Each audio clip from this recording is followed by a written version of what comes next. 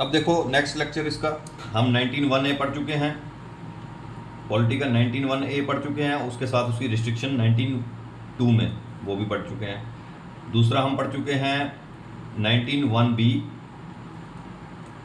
और उसकी रिस्ट्रिक्शंस, इसकी रिस्ट्रिक्शन कितनी है 8, उसकी रिस्ट्रिक्शन 19(1)B, उसकी रिस्ट्रिक्शन 19 क्लॉज 3 में, इसकी रिस्ट्रिक्शन कितनी है 2। ठीक है, ये हम पिछले लेक्चर में पढ़ चुके हैं। आज हम पढ़ेंगे 19(1)C। 19(1)C उसकी रिस्ट्रिक्शन किस में है 19(4) में होगी। ठीक है, अब 19(1)C क्या बात करता है, टू फॉर्म एसोसिएशंस और यूनियन और कोऑपरेटिव सोसाइटीज। जो ये वर्ड यूज हुआ ना कोऑपरेटिव सोसाइटीज, ये आया था 1907 कॉन्स्टिट्यूशन अमेंडमेंट एक्ट 2011। ये इंपॉर्टेंट है, ये नोट कर लेना। यूनियन, ट्रेड यूनियन सुनी होगी, एसोसिएशन सुनी होगी, कोऑपरेटिव सोसाइटी सुनी होगी। ठीक है, अमूल, ये सारी कोऑपरेटिव सोसाइटीज है ना। और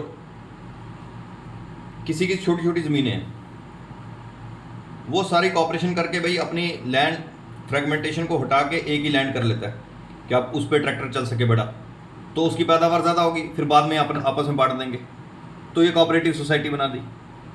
आया समझ। तो वैसे एसोसिएशन बना सकता है बंदा।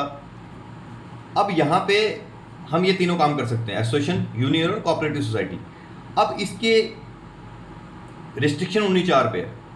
ये तो हमारा राइट है, फंडामेंटल राइट है ये बनाना, पर सरकार चाहे तो कोई कानून बना के इन पे रिस्ट्रिक्शन लगा सकती है कि हमें वो कोऑपरेटिव सोसाइटी ना बनाने दे, यूनियन ना बनाने दे, एसोसिएशन ना बनाने दे।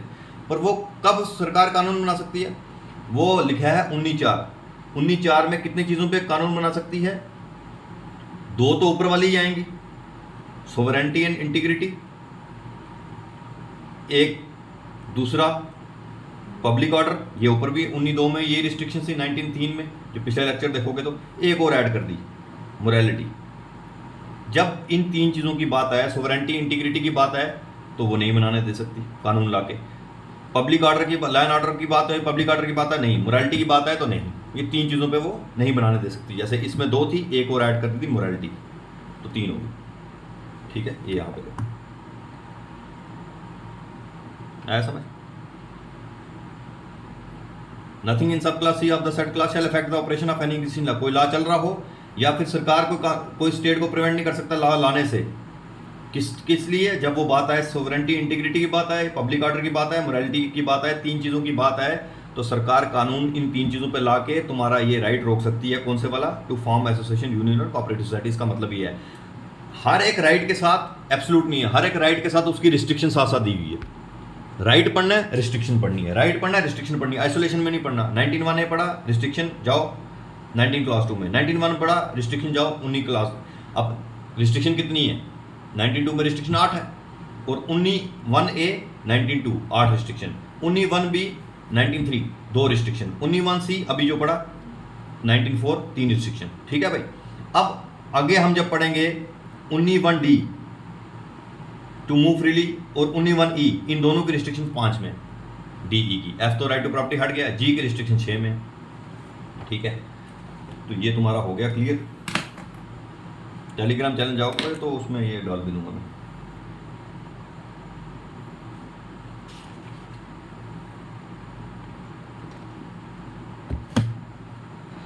वैसे तो ठीक है। अब ये देखो, फ्रीडम टू फॉर्म एसोसिएशन और यूनियन और कोऑपरेटिव सोसाइटी, रिस्ट्रिक्शन 3 है, पब्लिक ऑर्डर, मोरालिटी और सोवरेनिटी एंड इंटीग्रिटी की बात, 3 रिस्ट्रिक्शन इसके ऊपर है। ठीक है, अब क्या है देखो, अब एसोसिएशन बनानी है, जो पॉलिटिकल पार्टीज हैं वो भी तो एसोसिएशन ही है। जो पॉलिटिकल पार्टीज बनती हैं, मीटिंग करोगे, कंसल्टेशन करोगे, वो क्या है, वो तुम्हारा यही फ्रीडम है तो तभी तो कर सकते हो। एसोसिएशन बनानी है, पॉलिटिकल पार्टी बनानी है, तो वो क्या है, असेंबल होगे, एसोसिएशन करोगे, या ट्रेड यूनियन बनानी है, या कोऑपरेटिव सोसाइटी बनानी है। ठीक है, ये तुम्हारा राइट कहाँ दिया गया है, 19(1)C में 3 राइट दिए हुए हैं तुम्हारे को इसके अंदर, कि भाई तुम क्या क्या बना सकते हो, एसोसिएशन बना सकते हो, यूनियन बना सकते हो, या कोऑपरेटिव सोसाइटी बना सकते हो। ठीक है, तो एसोसिएशन क्या होता है, a collection of persons who have joined together for a certain object. कोई एक कॉमन ऑब्जेक्टिव हो, किस लिए ज्वाइन किया, एक एसोसिएशन बना लो, ठीक है, कि जिसका एक कॉमन ऑब्जेक्टिव हो, हमने ये काम करना है, ठीक है। तो वो किसके लिए होगा, या बेनिफिट मेंबर के लिए या पब्लिक के वेलफेयर के लिए, किसी के लिए भी काम, तो वो कोई भी ऑर्गेनाइजेशन या एसोसिएशन हो सकती है, साइंटिफिक हो सकती है, चैरिटेबल हो सकती है, उसके पर्पज़ के लिए, ठीक है। तो यहाँ पे 19(1)(c) में ये कंपनीज इसके अंदर आती हैं, सोसाइटी आती है, पार्टनरशिप फर्म आती हैं, ट्रेड यूनियन आती हैं, क्लब्स आती है, पॉलिटिकल पार्टीज आती हैं, ये सारा इसके अंदर आता है।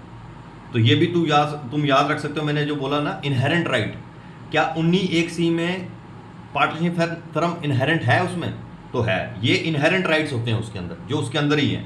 19(1)(c) में इनहेरेंट क्या है, कंपनीज इनहेरेंट है, सोसाइटीज़ है, पार्टनरशिप फर्म है, ट्रेड यूनियन है, क्लब्स हैं, पॉलिटिकल पार्टीज हैं, तो ये सारा उसके इनहेरेंट है इन तीनों टर्म्स में। कौन से टर्म में, एसोसिएशन हो गया, यूनियन हो गया, कोऑपरेटिव सोसाइटी हो गया, तो उनमें ये इनहेरेंट है, एक्सप्लिसिट नहीं बताया है पर इम्प्लिसिट उसके अंदर ही है।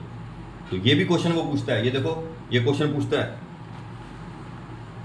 Right to reputation inherent right, वो आर्टिकल 21 का इनहेरेंट राइट है, पर आर्टिकल 21 में एक्सप्लिसिट नहीं लिखा है राइट टू रेपुटेशन, ठीक है, पर वो उसके अंदर है। तो वैसे ही इनहेरेंट राइट भी पूछता, हर एक चीज़ के इनहेरेंट राइट भी करो, जहाँ पे बता रहा हूँ, जैसे 19(1)(a) के इनहेरेंट राइट बताए थे, ये 19(1)(c) के इनहेरेंट क्या है, इसके अंदर कंपनीज भी आएंगी, सोसाइटी भी आएगी, पार्टनरशिप फर्म भी आएंगी, ट्रेड यूनियन भी आएंगी, क्लब्स भी आएंगी, पॉलिटिकल पार्टीज भी आएंगी, ठीक है।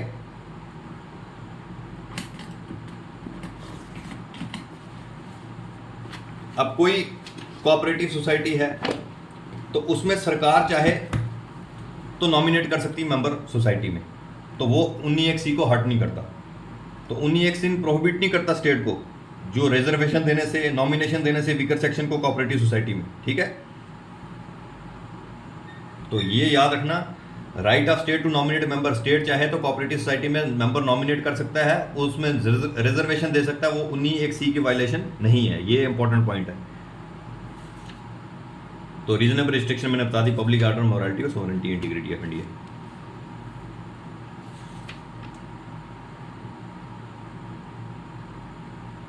एक ये है, पर वो थोड़ा ज़्यादा डिटेल हो जाएगा, वो मैं तुम्हें इतना नहीं बता। नो बिल्ड बाय एसोसिएशन, कोई बैंड ऑर्गेनाइजेशन है, उसका सिर्फ मेंबरशिप ही ली है तुमने, ठीक है, कोई वायलेंस नहीं की या किसी को भड़काया नहीं है, ठीक है, तो उसमें बंदा फंसता नहीं फिर। चलो ये तो तुम्हारे उसके स्कोप के बाहर का, बस तुम इतना ही करोगे, यूपीएससी और स्टेट सर्विसेज के लिए इतना बहुत, जो बेयर एक्ट में है वो मोर देन इनफ है।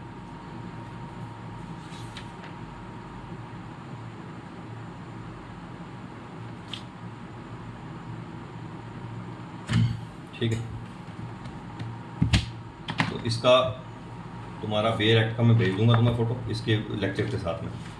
तो वहाँ पे अगर तुम्हारे पास बुक पड़ी है लक्ष्मीकांत की या कोई और बुक पड़ी है तो उससे भी तुम रिवाइज कर सकते हो, पर ये मोर देन इनफ है जितना मैंने पढ़ाया। 19(1)(a) हो गया, 19(1)(b) हो गया, 19(1)(c) हो गया, सी पढ़ा दिया, आगे तुम्हारा DE आ जाएगा एक ही में, फिर G आ जाएगा, फिर 19(1) ख़त्म हो जाएगा, फिर वैसे 20 ले आएंगे, फिर 21 ले आएंगे।